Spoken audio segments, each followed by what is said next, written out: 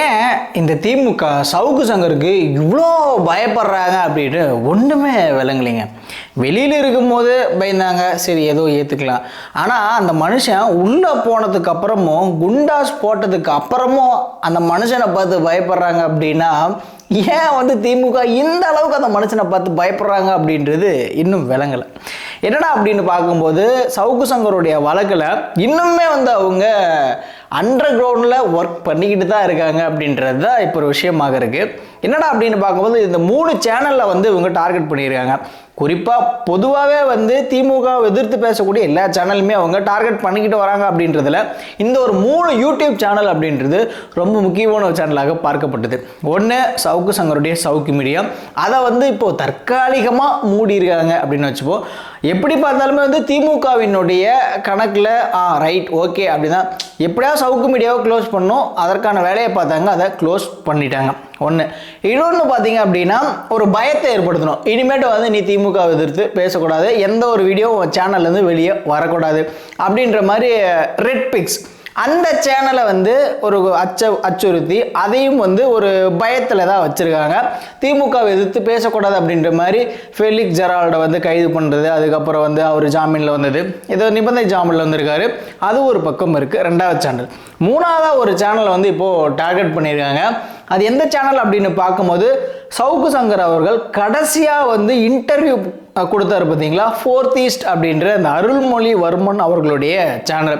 ரொம்ப ஒரு நல்ல சேனல் அப்படின்னு சொல்லலாம். மொழியாகட்டும், அரசியலாகட்டும், அறிவியலாகட்டும், வரலாறாகட்டும் எல்லாத்தையும் துல்லியமாக பதிவு செய்யக்கூடிய ஒரு யூடியூப் சேனல் அருள்மொழிவர்மன். அவருடைய சேனலில் ஆக்சஸை முதல்ல திருடி இருக்காங்க. அதன் பிறகு ஒட்டுமொத்த சேனல்லையே ஆட்டையை போட்டிருக்காங்க.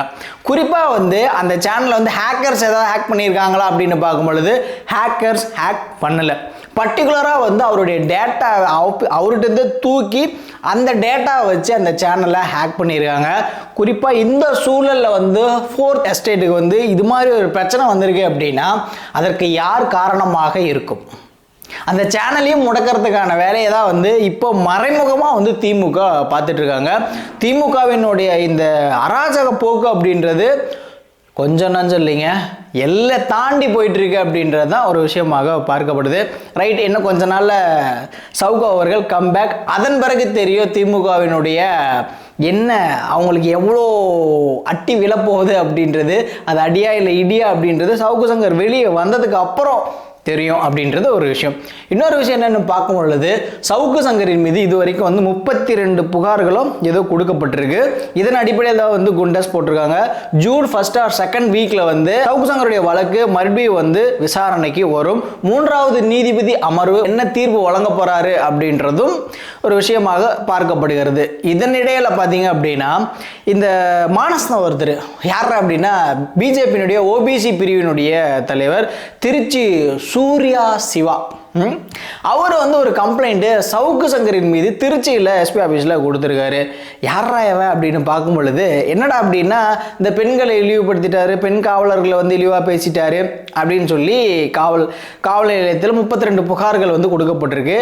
ஆனால் இவர் என்ன காரணத்திற்காக புகார் கொடுத்துருக்காரு அப்படின்னா நம்ம மனசன் நேர்மையான மனுஷன். இது மாதிரி சவுக்கு சங்கர் முக்குளத்தோர் சமூகத்தை தவறாக பேசிட்டாரு, பசும்பொன் முத்துராமலிங்க தேவர் ஜெயந்தி விழாவை அவமானப்படுத்திட்டாரு, இந்த இளைஞர்களை ரொம்பவே இழிவா பேசியிருக்காரு, சாதி கலவரத்தை தூண்டும் விதமாக பேசியிருக்காரு, முக்குளத்தோர் சமூகத்தில் இருக்கக்கூடிய இளைஞர்கள் குற்ற பின்னணி உடையவர்களாகவோ, அதுவும் போக இந்த தேவர் ஜெயந்தி விழாவில் பெண்களுக்கு பாதுகாப்பு இல்லை அப்படின்றதுக்காகவும் இவங்க எப்பவுமே போதையில தான் இருப்பாங்க, எப்பவுமே குற்ற பின்னணியோட தான் இருப்பாங்க அப்படின்ற மாதிரி இந்த முக்குளத்தோர் சமூகத்தை ரொம்ப இழிவுபடுத்தியிருக்காரு.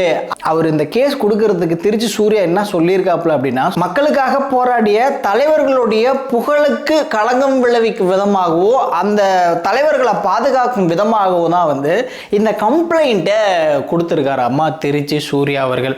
இவர் பண்ணனதுக்கும் இவர் சொன்ன இந்த விஷயத்துக்கும் என்ன சம்பந்தம் அப்படின்னு தெரியல. சவுக்கு சங்கருடைய வார்த்தையில் பொய் மட்டுமே இருக்கு அப்படின்னு சொல்ல முடியாது, உண்மைகளும் இருக்கு அப்படின்னு நான் சொல்லுவேன். என்னன்னு பார்க்கும்பொழுது இன்னைக்கு தென் மாவட்டங்களில் நடக்கக்கூடிய சாதி ரீதியான கொலைகளுக்கு என்னடா சம்பந்தம் அப்படின்னு பார்க்கும் பொழுது அதற்கு அந்தந்த சமூகத்தில் இருக்கக்கூடிய சாதி தலைவர், குட்டி குட்டி சாதி தலைவர்கள், குறிப்பாக வந்து தென் மாவட்டங்களில் இன்றைய காலகட்டத்தில் இன்னைக்கு இருக்கக்கூடிய சூழல் நடந்த தீபக் ராஜாவினுடைய கொலை வழக்கு முதற்கொண்டு அதற்கு பழிக்கு பழியாக விழுந்த 7-8 கொலை வழக்குகள் ஆகட்டும் இன்னும் தொடருமா, இது முடியுமா அப்படின்னு பார்த்தா முடிய போறதில்லை. இதற்கெல்லாம் என்னடா காரணம் அப்படின்னா இங்கே தொடரக்கூடிய இந்த சாதி ரீதியான மோதல்கள், இந்த விழாவாகட்டும் அதன் பிறகு அங்கே நடக்கக்கூடிய சாதி அப்படி இப்படின்னு சொல்லிட்டு ஏதாவது ஒரு காரணங்களால இளைஞர்கள் வந்து கொம்பு சீவி விடப்படுகிறார்கள். அதனால வந்து அவங்க ஒழுங்கா படிக்கிறது இல்லை, மதுவுக்கு அடிமையாகிறாங்க, ரவுடி சொத்துக்குள்ள வராங்க அப்படின்ற முறையில் அந்த கருத்தை சவுக்கு சங்கர் அவர்கள் தெரிவிக்கிறாரு. இந்த ஒரு கருத்தை நம்ம எப்படி பார்க்கணும் அப்படின்னா, ஒரு சமூகத்தை வந்து சீரழிச்சிருக்காங்க, அவங்க அந்த இளைஞர்களை வந்து அந்த சாதியினுடைய தலைவர்கள் ஒழுங்கா வழி நடத்தாம சீர்திருத்தாம இது மாதிரி திசை திருப்புறாங்க அப்படின்றதும் ஒரு ஆங்கிள் இருந்து பார்க்கும் பொழுது அவர் சொன்ன கருத்து சரியாக இருக்கு அப்படின்ற மாதிரியும் இருக்கு. ஆனா இதை திரித்து இது மாதிரி வந்து ஒரு வழக்கு கொடுத்து இதன் மூலமாக ஒரு சுய ஆதாய ஒரு விளம்பரத்தை தேடிக்கிறதுல வந்து திருச்சி சூர்யா சிவாவுக்கு என்ன லாபம் அப்படின்னு தெரியல.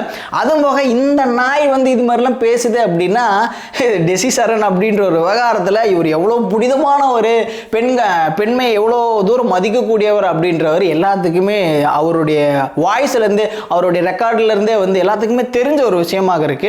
அப்படி இருக்கும்போது இந்த நாயெல்லாம் வந்து இப்படி பேசுது அப்படின்றது தாங்க ஏற்றுக்கவே முடியாத ஒரு விஷயமா இருக்கு. அது பாஜகவா பாரதிய ஜல்சா கட்சி அப்படின்றது ஒட்டுமொத்த இந்தியாவுக்கு மட்டும் இல்லை, கர்நாடகாவில் நடந்த ஒரு சம்பவத்தை வச்சு உலக நாடுகளுக்கே வந்து தெரிஞ்சிருக்கு. ஆஸ்திரேலியாவில் ஒரு நியூஸ் பேப்பரில் ஒரு நியூஸ் போடுறாங்க, மோடியோட க்ளோஸ் ஃப்ரெண்ட் ரேபிஸ்ட் அப்படின்னு சொல்லி ஒரு நியூஸ் போடுறாங்க. அது மாதிரி இருக்கக்கூடிய ஒரு கட்சியை சார்ந்த நபர் இது மாதிரி ஒரு சம்பவத்தில் உனக்குள்ள பேசுறதுக்கு யோகி இருக்காடா அப்படின்ற மாதிரி தான் கேட்குது.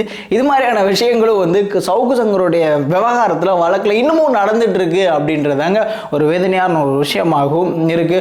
ஓகே, தூரம் முடிச்சுட்டு எப்போங்கிறது கிளம்புறது நான் சதீஷ்.